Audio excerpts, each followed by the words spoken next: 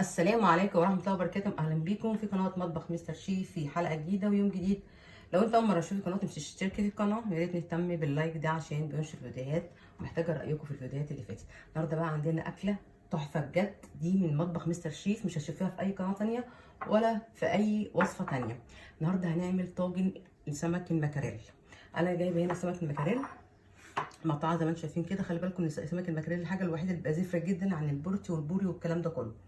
اهم حاجه يتغسل كويس، مش بخل، لا، بليمون وملح علشان الزفاره. زي ما انتم شايفينه مقطعاه حلقات كده، ده بالظبط 3 كيلو تمام، وصفيته من الميه. تعالوا نخش على طول على الوصفه عشان ما اطولش عليكم. هنركب كده السمك على جنب، وهنا مقطعه بشره جزر. هتقولوا ده كتير، لا هو مش كتير، ان انا هستخدمه في الحشو وفي الطاجن كمان. وهنا عندي كمان البصل، وعندي فلفل حراق، وعندي كمان الليمون، وعندي 2 طماطم، وعندنا البطاطس اللي هنستخدمها بردك في الطاجن. تعالى نعمل اول التتبيله بتاعت السمك بتاعنا عشان ما نطوش من بعض. تمام، عندي هنا اول حاجه طبعا ملح. اهم حاجه تتبيله السمك، علشان السمك لو مش متدبل كويس ما بيتاكلش. هتقول ده كتير كده الملح هقول لك عشان التتبيله دي هنستخدمها في خطوتين مش خطوه واحده. عندنا فلفل اسمر، وعندنا كمان كمون، سمك يعني كمون، هنزود كده معلقه كبيره حلوه كده كمون، نحط حبه كمان. تمام، وعندنا 7 بهارات، معلقه بردك حلوه كده محترمه، وعندنا شويه شطه. مش حابه تحطي الشطه، لو ما بتحبيش الحاجه السبايسي مفيش مشكله، استغنى عنها خالص. وعندنا معلقه من البابريكا باودر، انا مزوده في الخلطه دي ان انا هستخدمها في تتبيله السمك، وفي نفس الوقت هستخدمها في بقيه الطاجن بتاعي. وكمان الراعي الرسمي للحوار كله الثوم. نحط بقى معلقه ثوم كده بقى مش معلقه يعني كده اهو، يعني عارفين يا جماعه ان احنا هنحشي بيها ونظبطها كتوم بقى، مش فرمه بقى انت ظبطي نفسك بالثوم. وكمان عندنا الهريسه اللي هي الفلفل الاحمر، سهله قوي وبسيطه. يا رب يعجبكم الفيديو ده بالطريقه دي يا جماعه، حاجه تحفه بجد. دي التتبيله عامه بتاعتي للاسماك، مش الوصفه دي بس. هتقولي انت زودتي في الفلفل برضك علشان هحتاج الخلطه دي في خطوتين مش خطوه واحده. تمام، وهنحط شويه خل. شايفين زي ما انتم شايفين كده، ادي الثوم، الخل، الفلفل، الهريسه والتوابل وعصره الليمون، بس كده. لا، في حاجه ثانيه هنحطها. هنمسك بقى طبعا عندنا هنا هو الفلفل الحراق، لو انت مش عايزه فلفل حراق يعني حاجه ما تبقاش سبايسي قوي، استغني عنها وحطي بدلها فلفل رومي. تمام، هنضربه في الكبه، وبعد كده ارجع لكم تاني عشان بس صوت الكبه. زي ما انتم شايفين ضربت الفلفل الحراق وكسرت الطماطم وفرمت خالص البصله. ممكن البصله تعملوها عادي، بس انا طبعا عندي عيالي ما بيحبوش البصل يبقى صحيح، فكسرته زي ما انتم شايفين كده. تمام، هنمسك بقى كله ده كده اهو، كله على بعضيه كده، نقلب بالطريقه دي كده اهو. وصفه جميله جدا جدا، ان شاء الله تعجبكم وهتجربوها اول ما تشوفوها. تمام كده، وهنحط عليه بقى الخليط الاولاني اللي انا عملته اهو. ما تستكتروش الكميه، زي ما قلت لكم الخلطه دي هنستخدمها في خطوتين، في تتبيل السمك، وفي نفس الوقت خطوه ثانيه الطاجن اللي احنا هنستخدمه هنحط فيها التتبيله دي برضه.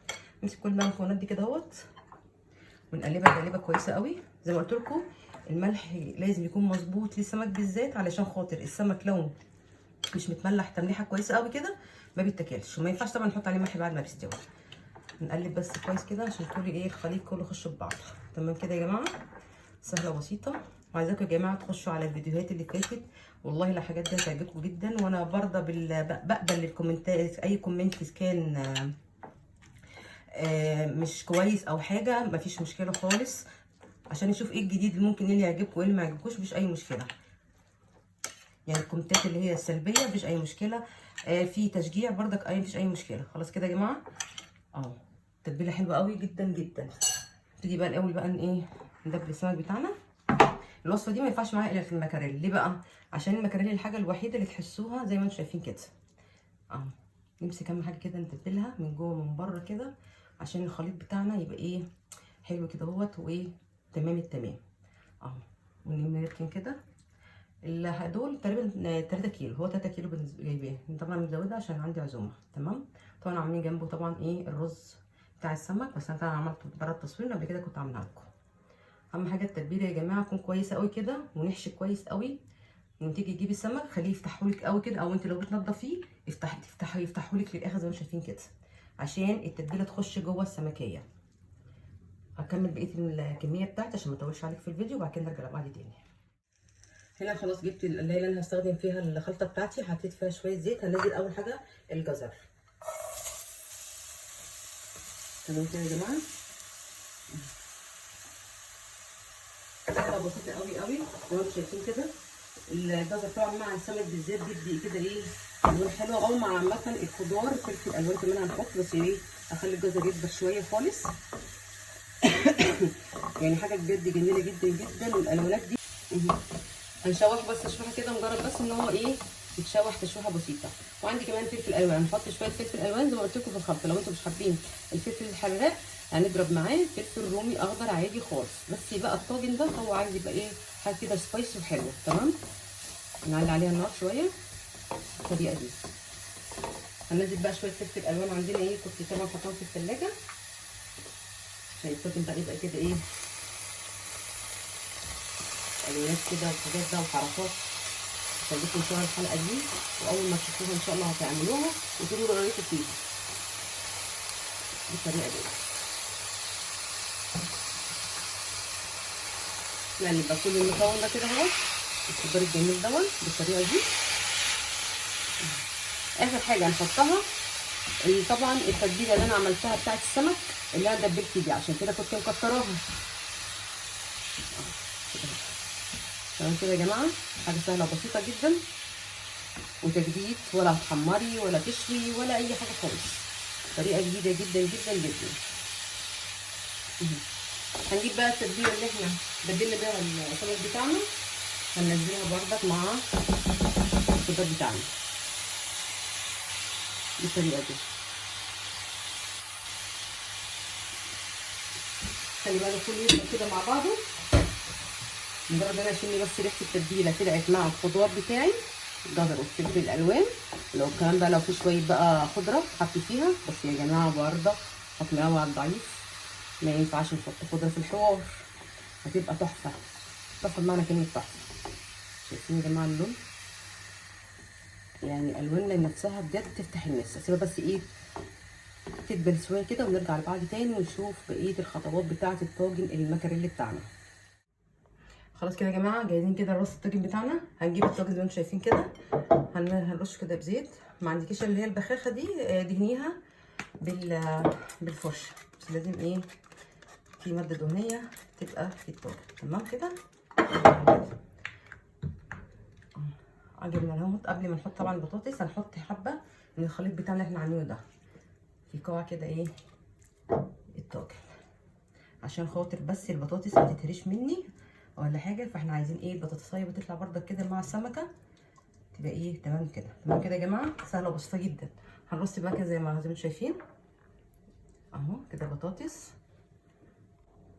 وهنحط كمان معلقه كمان من الخليط. عرفتوا بقى انا زودت ليه في الخليط بتاعي؟ عشان هنستخدمه في كذا حاجه في الوصفه. هنجيب بقى السمك بتاعنا كده وهنرصه رصه عاديه خالص اهو كده اهو. حاجه سهله وبسيطه وجديده، وفي نفس الوقت هتعجبكم قوي ان شاء الله. اهم حاجه زي ما قلت لكم السمك لازم يكون متدبل كويس، لو مش متدبل كويس ما بيتاكلش. فالتتبيله دي خطيره خطيره خطيره جدا. حتى لو انت هتشويه او هتحمريه الخلطه دي طبعا ما لهاش مثيل الصراحه. حلوه حلوه جدا يعني. ريحه ما اقولكوش، ما بالكم بقى لسه ما هيستوي اهي الطريقه دي اهو.